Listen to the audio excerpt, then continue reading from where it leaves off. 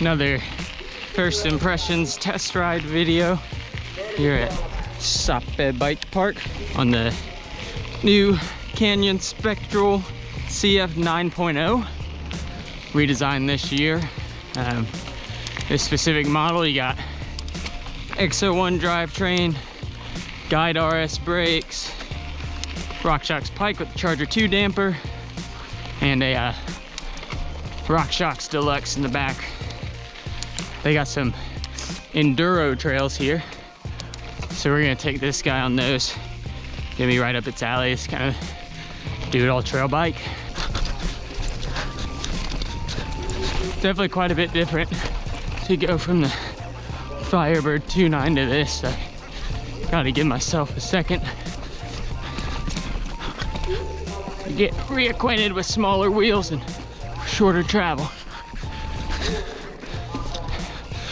Definitely a snappy pedaler, but feels kind of harsh right now, to be honest. I know I got it fully open, but setting up suspension is tough on demo bikes. Ooh.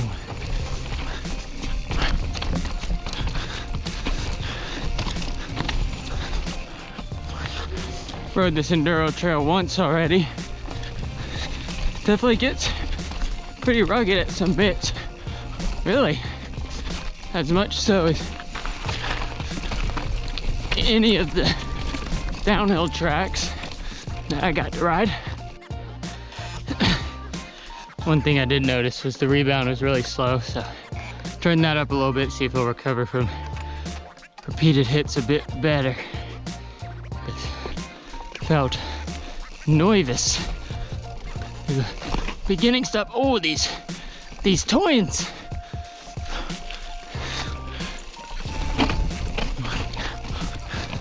Gotta give this track credit, man.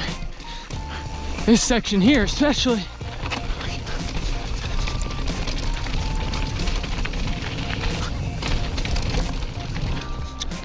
I will say the shock feels a lot better now after cranking up the rebound a bit. A lot more supportive, or I guess responsive is a better word.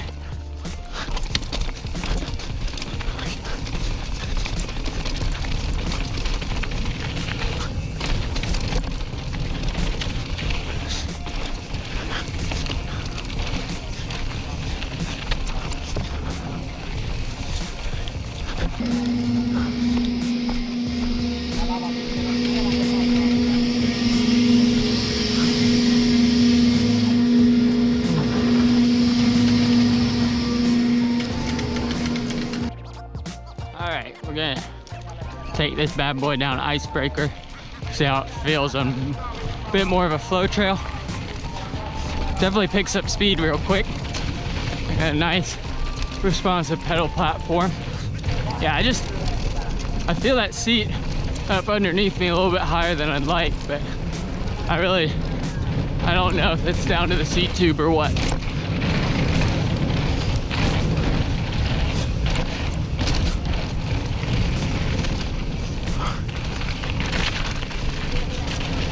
Feeling good on this one though.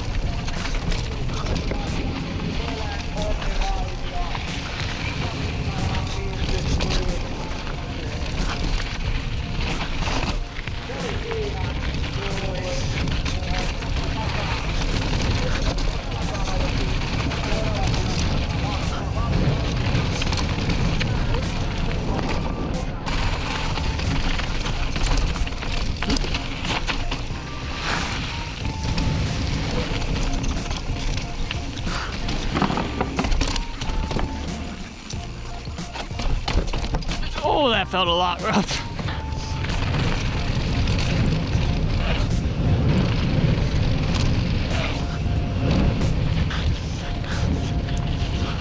But I mean, this thing pedals damn good. Like, just then, almost no effort to get up to speed.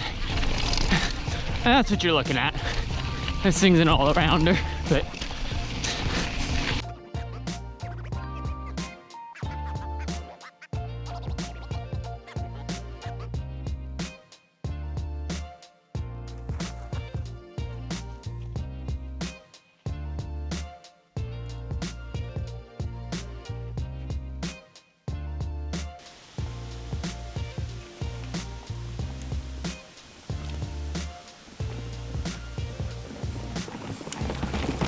This bike can definitely scoot up a hill. It feels really good pedaling, really firm pedal platform. Scooted on at that climb without much effort at all. So we're gonna go down through the enduro trails one more time, get the lift on back up and give this bad boy back.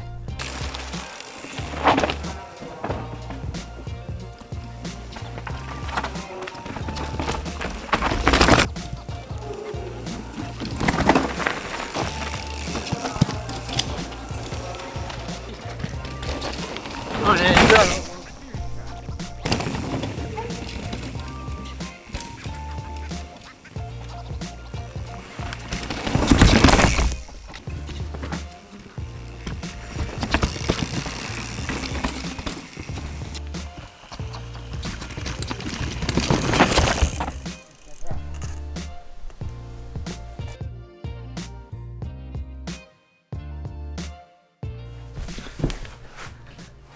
Alright, let's shift over a little bit more to just talking about the Canyon Spectral and some of my final thoughts and just a general overview of what I'm thinking on the bike.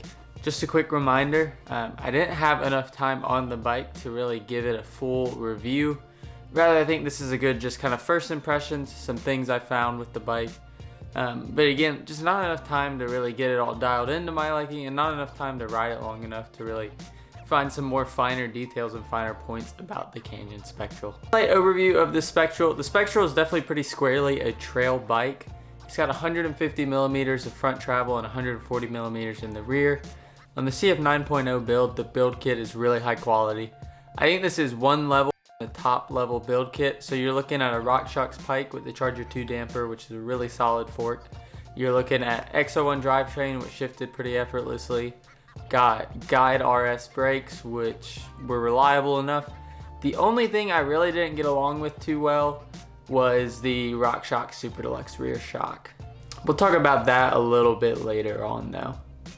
The size I rode was a size large. I'm around 6'2" and the fit felt pretty good. You got modern-ish trail bike geometry numbers. You're looking at like 460 millimeters on travel, about 620 something on stack, and like a 66.5 degree head tube angle. My one kind of nitpicky gripe with geometry was the seat tube length. In the video you heard me mention real quick that the seat felt pretty high up. And when I went to go look at geometry, I actually saw that on a size large, the seat tube length was about 480 millimeters, which this is compared to most bikes being more in like the 450 range. So you're looking at about 30 more millimeters, which is a nitpick. I'm sure it's something I'd get used to. But that is a little bit less drop you're gonna have size for size on that bike. But that's enough of my whining about minor inconveniences. Let's get out and talk about the important stuff, which is how the bike rides. So Sappee is a bike park and it does have some relatively technical trails, but it's not the most rugged or steep terrain you'll ever ride. And with that, I didn't feel like the Canyon Spectral was way out of its depth. The suspension was nice and supportive and I never felt like I got too far into the travel of the bike or that I was about to get bucked off or bigger compressions were really going to throw me around on the trail or bottom out harshly. With that, my biggest issue from the test ride on this bike became apparent pretty quickly. And that's kind of what I referenced earlier with the RockShox Super Deluxe shock. Now I don't know if this was all down to the shock, the tuning on it, air pressure, or if this was down to just how this bike reacts with the rear suspension. But it felt pretty harsh through repeated hits. Now, early on in the ride, I realized that the rebound was really slow and wasn't recovering quite like I wanted, and I let a little bit of air out to give me a little bit more sag. But that still ended up in fixing it a little, but it still felt pretty harsh through some of those repeated hits, and I felt like it was kind of getting jarred around and kind of out of its depth in that regard. Again, it never went too deep into the travel, but I just don't think it responded or soaked up the bumps quite in the way I would like a bike to, even comparatively to the Stump Jumper. Both mid-travel trail bikes, and I completely understand that they're not going to descend like longer travel bikes. I think the Stump Jumper soaked up those hits better than the rear end of the Spectral. Canyon kind of describes this shock as working in supple off the top, really supportive mid-stroke, and then high progressivity at the end of the stroke, so that on a shorter travel bike or a mid-travel trail bike, you have a little bit more room to go do those rougher things where you still got a soft ride off the top, support at the mid-stroke, and progression at the end, so you're never bottoming out too harshly. Now, I felt that support at the mid-stroke, I felt the progression at the end, and I never bottomed out harshly, and it felt good in the middle of the travel. but I was never really able to get that soft sensitivity off the top of the shock like I wanted to. The front end of the bike felt good the whole time. The Pike with the Charger 2 performed admirably. It was stiff, it was responsive, but the back end just didn't pair up quite like I wanted. Again, I'll say it for probably the third time. That doesn't inherently mean this is how this bike travels or this is how the rear end of the bike really feels. It just means I really wasn't able to get along with it too nicely on this first impression.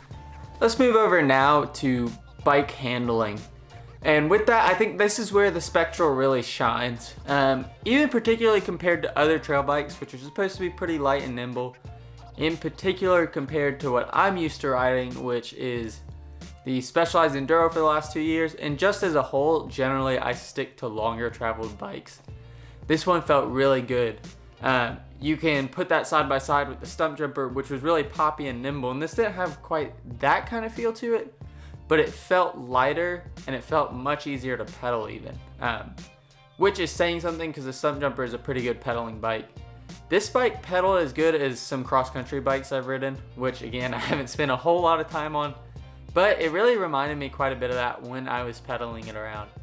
It gets up to speed in an instant, pedal bob is almost non-existent, and climbing, the thing just shoots up climbs. It was as easy of a bike that I've climbed on ever. So if you're looking for something that pedals really well, I think this is a really good option.